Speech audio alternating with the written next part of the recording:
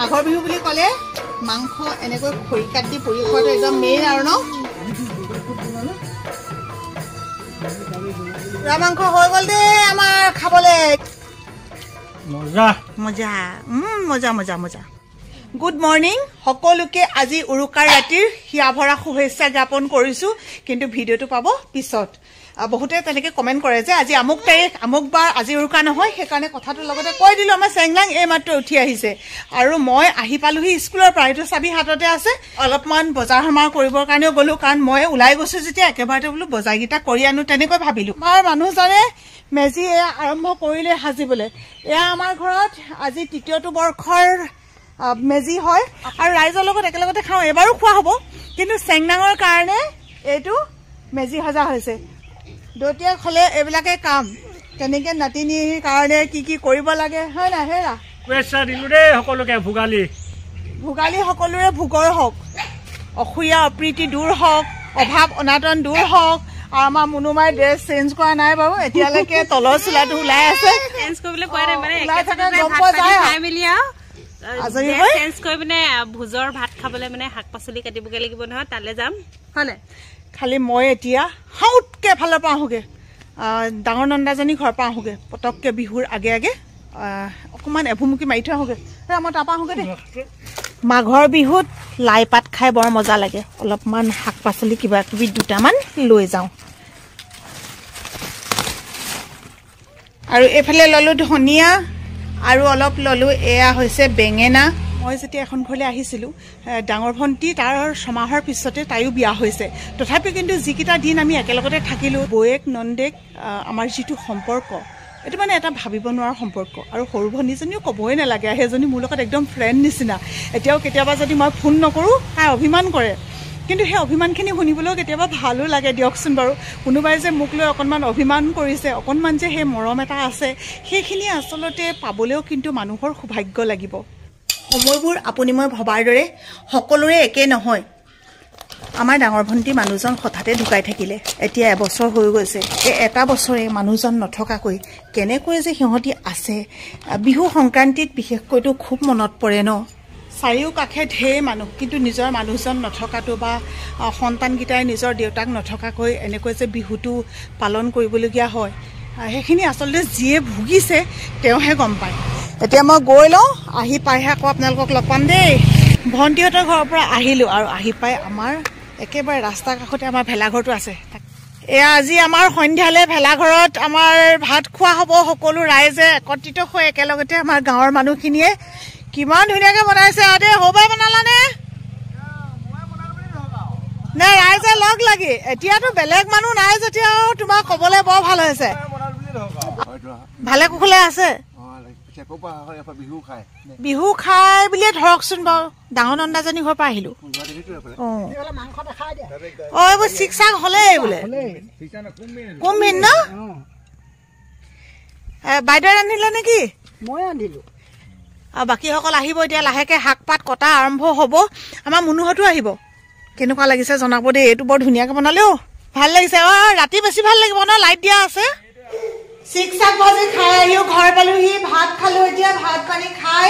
নিজৰ বাচন বৰ্তন এতিয়া ধুই দিওঁ মুনুৱে একদম ৰাতিপুৱাৰ পৰা যে ইমানেই কাম কৰিছে কি ক'ম আৰু কাম কৰি কৰি ছোৱালী ভাগৰি গৈছে চিক চাক তোমালোকৰ মেজিত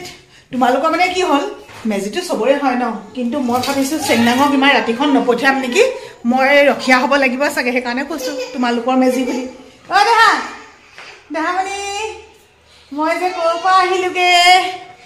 আপোনালোকৰ ফালে আয়োজন কেনেকুৱা হৈছে জনাব গোটেই গাঁওখনে একেলগতে খাইছেনে ভাগ ভাগকৈ খাইছেনে নে ঘৰতে খাবলৈ লৈছে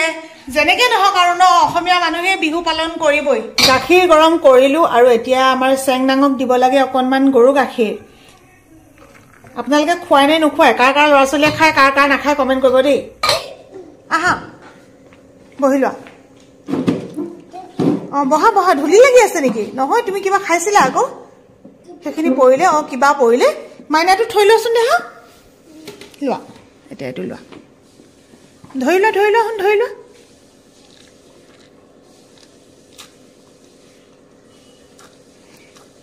সৰুতে ইমান কষ্ট তাইক গৰু গাখীৰ খুৱাবলৈ একদম খাবলৈ ভাল নাপায় এতিয়া আকৌ খুজি খুজি খায় এতিয়াহে আমাৰ মুনুমাক লাগিছে বোৱাৰী বোৱাৰী কিমান ধুনীয়া লাগিছে ব্লাউজটো আজি নতুনকৈ অনা একেবাৰে এনেকুৱা ব্লাউজ তাই আগতে পিন্ধাই নাছিলে এবাৰ প্ৰথম পিন্ধিছে অনলাইনত দিছিলে অৰ্ডাৰ দি আহিলে টপ মানে ব্লাউজ কৰিও বহুতে পিন্ধে মই আচলতে সেই কথাটো ক'ব লাগিছিলে অলপমান ভুল হৈ গৈছে আৰু দিয়ক মানুহে ন মানুহ হ'লে অকণমান ভুল হ'বই ভাল লাগিছে বহুতে পিন্ধেও জানো বৰ ধুনীয়া লাগিছে এতিয়া চাগে বহুতে ভাবে আৰু কিনো আৰু বৰ ধুনীয়া লাগিছে কৈছে যেতিয়ালৈকে সদায় ধুনীয়া লাগিছে অন্তৰে মৰম থাকিব তেতিয়ালৈকে সদায় মই ধুনীয়াই দেখিম আৰু নিজৰ ছোৱালীক সদায় ধুনীয়াই দেখে কমনো কি আৰু এতিয়া ন মায়ে ভাল দেখিলে হ'ব ন আৰু আমাৰ দেহা মানুহক আজি অলপমান ঠগনটো দিয়া হ'ব এতিয়া মই ৰখীয়া হ'ম আৰু মুনুৱে শাক পাচলি কাটিব সন্ধিয়াৰ কাৰণে ভোজ ভাতত কিমান মজা ফূৰ্তি হ'ব সৰুৰে পৰা ডাঙৰ কৰিব লগা হয় বহুত সিহঁতৰ আবদাৰ মানিব লগা হয় খোৱাত যত্ন ল'ব লগা হয় তাৰ মাজতে কিন্তু কেতিয়াবা স্বাস্থ্যৰ কাৰণে ক্ষতিকাৰক বস্তুও খোৱা হয় আৰু তেতিয়া আমাক কমেণ্টটো কৰে আপোনালোকে কিন্তু আজি মুনুৱে বহুত ধুনীয়া এটা হেল্থি ফুড বনাইছে কণমানিৰ কাৰণে তাইৰ চেনেলত আপোনালোকে পাব যিমানটো সম্ভৱ তাই ধুনীয়াকৈ দিব বুলি ভাবিছোঁ কিন্তু কেতিয়াকৈ ভিডিঅ'টো পাব সেইটো বাৰু নাজানো তথাপিও মই ৰিকুৱেষ্ট কৰিম সোনকালে দিবৰ কাৰণে যিসকলৰ আমাৰ চেংনাঙৰ নিচিনা সৰু সৰু বাচ্চা আছে সৰু সৰু ল'ৰা ছোৱালী আছে তেওঁলোকে এনেকৈ খুৱাব পাৰিব আৰু যিবিলাক আপোনালোকে জানে আমি আশা কৰিম আপোনালোকেও নিজৰ নিজৰ সন্তানক কি খুৱায় আমাৰ লগত শ্বেয়াৰ কৰিব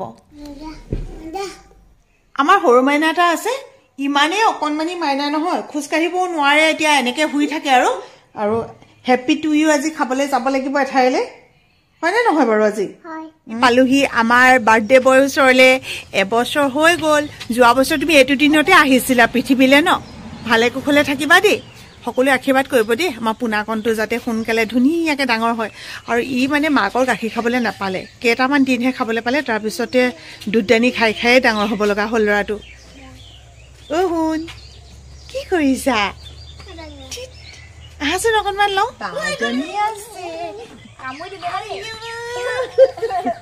ভালকৈ লোৱা ধুনুকৈ লোৱা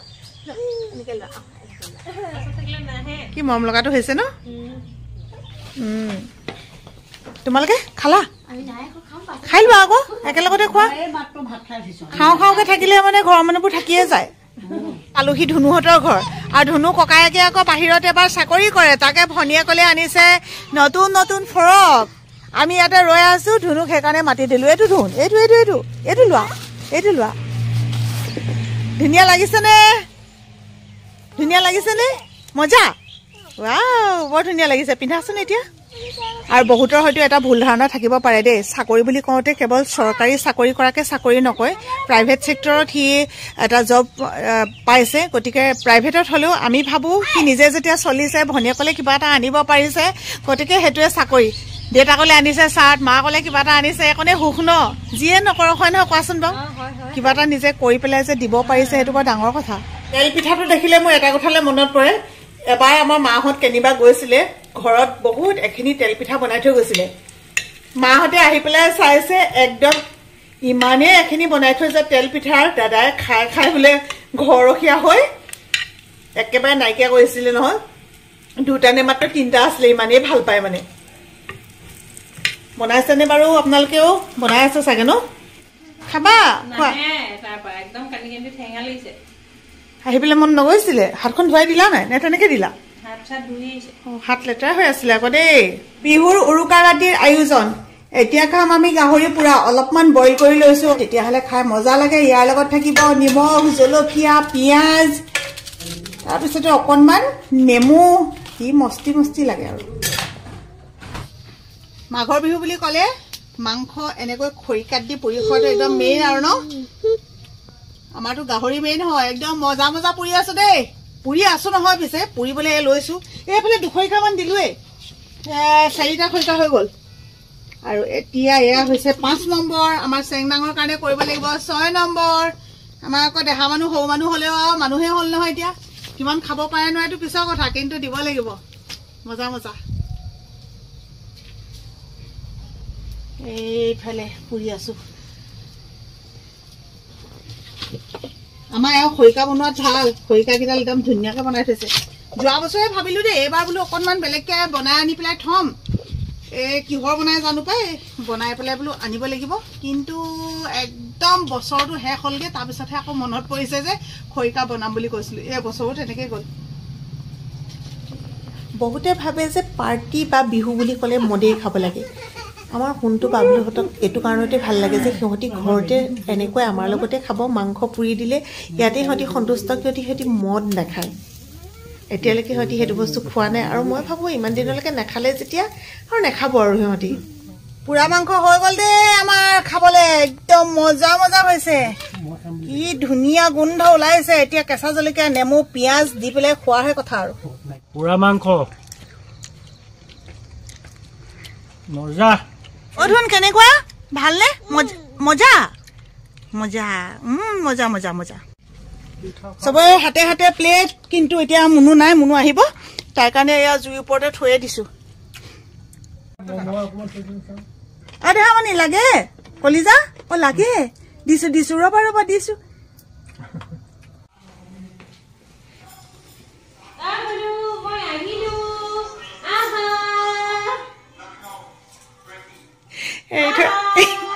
এৰি থৈ গৈছিলে নেমাতে এতিয়া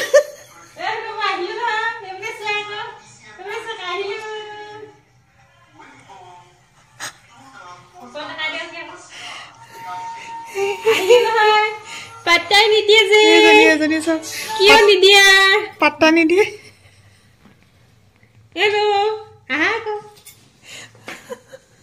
হ'বচোন তুমি এইফালে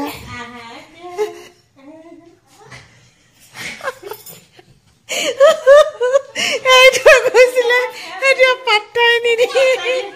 আৰু সঁচাকে বহুত সময় হ'ল আকৌ তাই 5টামান বজাতে গৈছিলে এতিয়া প্ৰায় 9 বাজিব হ'লগৈ ইমান দেৰি হ'ল মই যে যোৱা হ'লে কি হ'লহেঁতেন বাৰু যি কৰিলোঁ ভালেই কৰিলোঁ নগ'লোঁ যে যোৱা হ'লে মানে দুইজনীয়া তালৈ গৈ এখন কি হ'লহেঁতেন আৰু পুৰা মাংস থৈছিলোঁ ঠাণ্ডা হৈ গ'লগৈ এতিয়া উপায় নাই আৰু এনেকৈ গেছতে আকৌ গৰম কৰি দিছোঁ গৰম হ'ল নে চোৱাচোন চুই চোৱাচোন হ'বনে হ'ল হৈ যাব হয় চাগে দেই তোমালৈ নথৈবা মই কাইলৈ থ'ম এজনী কিন্তু আমি টেঙা আৰু পিঁয়াজ জলকীয়া দি খাইছিলোঁ তোমাক লাগে যদি কোৱা মই কাটি দিম সকলোকে পুনৰবাৰ ভোগালী বিহুৰ শুভেচ্ছা জনালোঁ আমাৰ পৰিয়ালৰ ফালৰ পৰা সকলোৰে দিনবোৰ ভাল হওক অনাগত দিনবোৰ আপোনালোকে যেন একদম ভালে কুশলে পাৰ হৈ যাওক তাৰে কামনা কৰিছোঁ তাৰে কামনা কৰি মই পুৰা মাংস এতিয়া খাবলৈ লৈছোঁ bye bye okay bye bye bye bye দেই সকলোকে বিদায় লৈছোঁ ভোগালীৰ ব্যস্ততাৰ মাজত থাকোঁতে এই দুঃসংবাদটো পাওঁতে মোৰ যথেষ্ট পলম হ'ল ৰাজীৱ শদিয়া আৰু নাই অসমে হেৰুৱালে স্বনামধন্য এজন শিল্পী এই অপূৰণীয় ক্ষতি কেতিয়াও পূৰণ নহ'ব ৰাজীৱ শদিয়াৰ আত্মাৰ সদগতি কামনা কৰি ভগৱানৰ শ্ৰীচৰণত প্ৰাৰ্থনা জনাইছোঁ কাৰ মৃত্যু যে কেনেকৈ হয় কোনেও নাজানে মৃত্যু এনেকৈ আহে নীৰৱে